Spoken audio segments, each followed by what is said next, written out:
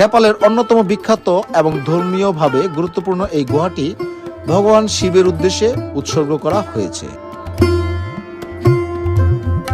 জনশ্রুতি অনুযায়ী ১৬০০ শতাব্দীতে স্থানীয় লোকজন এই গুহাটি আবিষ্কার করেন। পরে ধীরে ধীরে এটি তীর্থস্থান এবং পর্যটন কেন্দ্র হিসেবে পরিচিত লাভ করেন। গুহাটির দৈর্ঘ্য প্রায় ২৯৫০ মিটার বলে ধারণা করা হয় এবং এটি নেপালের দীর্ঘতম গুহাগুলোর একটি হিসেবে পরিচিত। প্রকৃতির এই বিস্ময়কর দৃশ্য সত্যি ভাষায় প্রকাশ করার মতো নয়।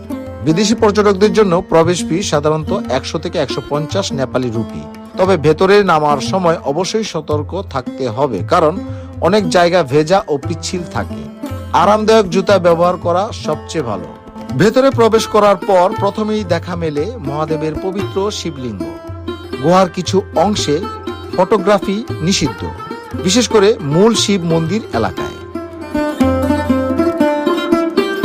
আরো গভীরে নামতে নামতে দেখা যায় এই রহস্যময় ভূগর্ভস্থ অংশ, যেখানে ডেভিস ফলের জলধারা গুহার ভেতর দিয়ে প্রবাহিত হচ্ছে।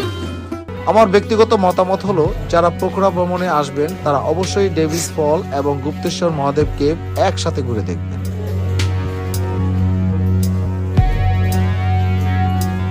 এই দুটি স্পট না দেখলে পোখরা ভ্রমণের আসল সৌন্দর্যের একটি বড় অংশই মিস করবেন।